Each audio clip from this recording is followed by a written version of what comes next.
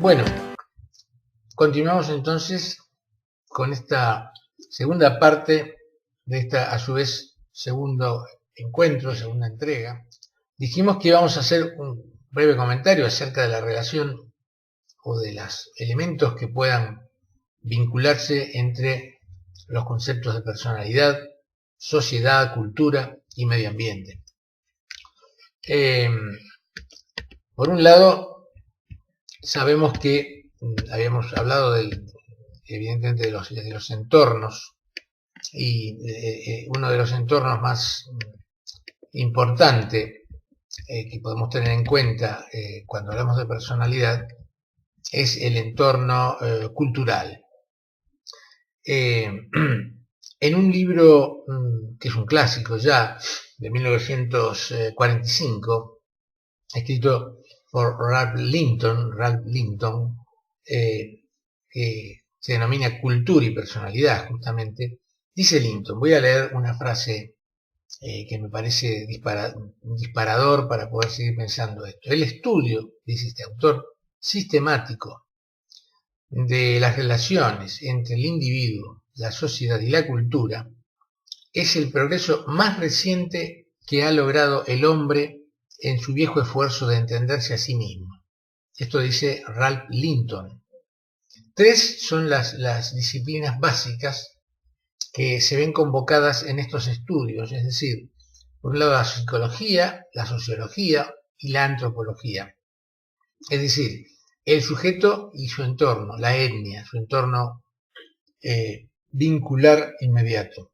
La comunidad, pensada como los grupos de inmediatez familiar, y la sociedad, es decir, pensada como una estructura, como una supraestructura institucional. Al decir de otro investigador clásico, Ferdinand Tönnies, estas dos dimensiones se mezclan e interactúan para darle un marco escénico al estilo personal del comportamiento. Es decir, en otras palabras, tanto las costumbres cotidianas como los marcos culturales, institucionales y jurídicos tienen una incidencia paulatina, una incidencia indirecta y en algunos casos directa sobre el proceso de construcción de la personalidad. Por eso hablamos muchas veces de que tal o cual grupo cultural, tal o cual país tiene una determinada personalidad, o a veces decimos un determinado carácter nacional. En realidad lo que queremos decir es justamente esto, una base caracterológica, por así decirlo, porque tiene que ver con lo heredado, con lo biológico y con lo que se construye, lo que se aprende en el ambiente, que tiene un sesgo cultural importante.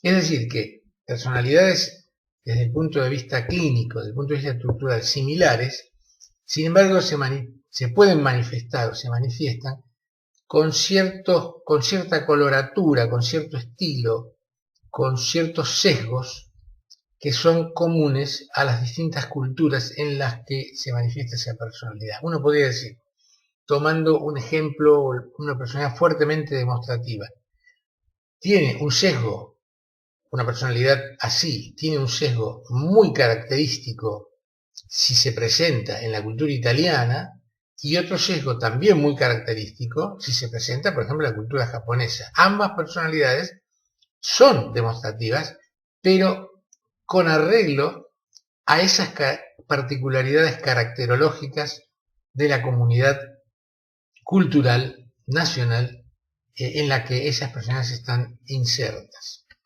Hay otro autor también importante que ha aportado en este sentido de investigar la relación entre personalidad, entorno, medio ambiente, es Abraham Kardiner. Abraham Kardiner.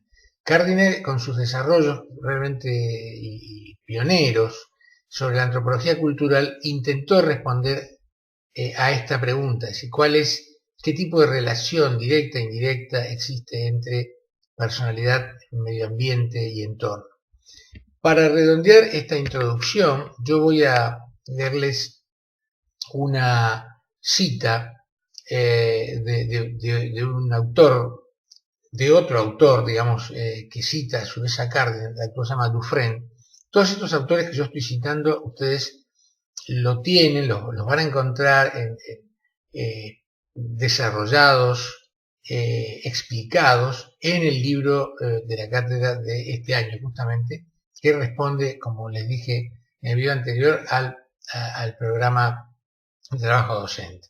Dufresne, refiriéndose a los aportes de Cardinal, dice en esta cita que me parece importante: Cardinal combina dos enfoques de la cultura.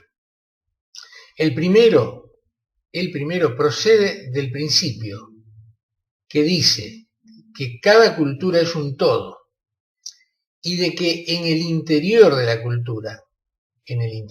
cultura, cada institución debe ser comprendida en su relación con el total del cual viene a ser una función.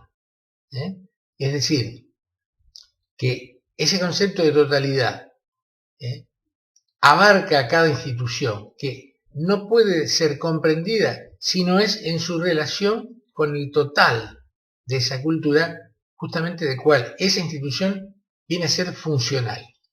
El segundo enfoque, nos dice Dufresne, analizando los aportes de Cardinal, el segundo enfoque explica la función por el funcionamiento, el funcionamiento como instancia dinámica. Procede de la idea, continúa diciendo Dufresne, de que la cultura está en relación con la personalidad de los miembros de la sociedad. La cultura está en relación con la personalidad de los miembros de la sociedad. Fíjense ustedes cómo acá estamos hablando no solo que la cultura incide en la personalidad, sino que la personalidad dialécticamente también incide en la cultura. Cardinal sistematiza esta idea introduciendo en ella la noción de personalidad básica. Este es un concepto muy importante que lo vamos a desarrollar en su momento y que ustedes pueden también encontrarlo en el libro, el concepto de personalidad básica.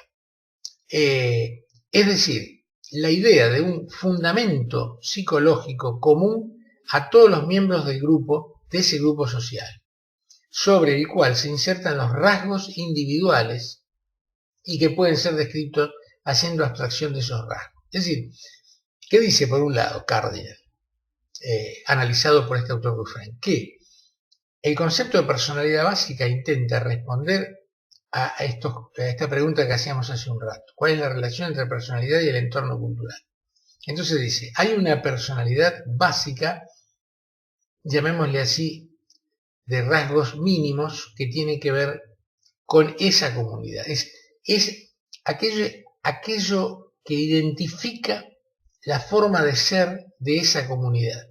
Sobre esa personalidad básica, que es cultural, jurídica, institucional, creencial, etcétera, etcétera, se inserta la individualidad de los rasgos justamente personales, que hacen a su vez a la caracterización de los distintos estilos, demostrativo, menos demostrativo, de acción, etc. Pero esos distintos estilos de personalidad dentro de un grupo nacional, cultural, comparten elementos, por así decirlo, comparten formas de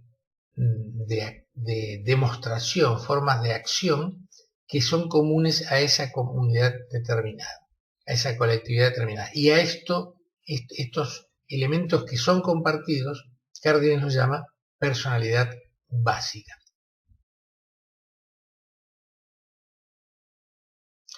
El concepto de rasgo de personalidad, en este caso estoy citando también textualmente una definición de Cattell, implica una condensación de factores característicos que al momento de la conducta observable expresa o explica por qué hay que diferenciar comportamiento concreto, por ejemplo, tranquilidad, arrebato, de motivación implícita, vinculada o disparada por el rasgo que subyace como determinante de una actitud específica.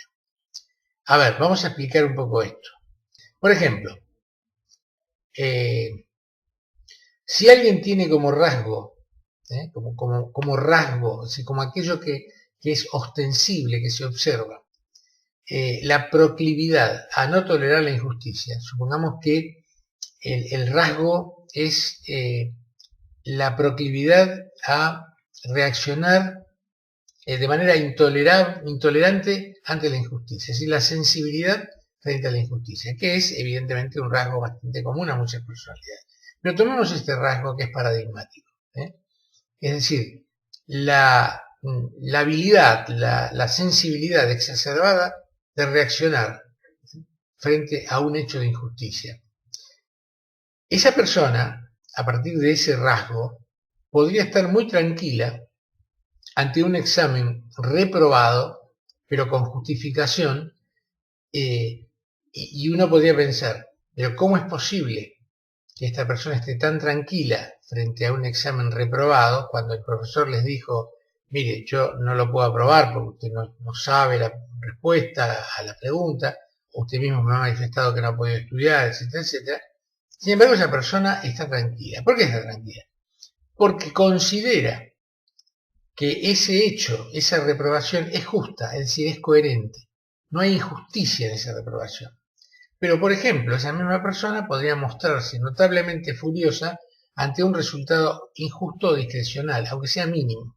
Es decir, que cualquier elemento que considere que es injusto lo pone furioso. ¿Por qué? Porque el rasgo es aquello que subyace al comportamiento manifiesto. Cuando hablamos de comportamiento manifiesto, debemos entender que es el producto de una articulación, una dinámica de una cantidad compleja de rasgos. La idea de rasgo es, en ese caso, fundamentalmente de orientación o de origen cuantitativo y empírico, básicamente. Y expresa las características psicológicas del sujeto, pero de manera sintética.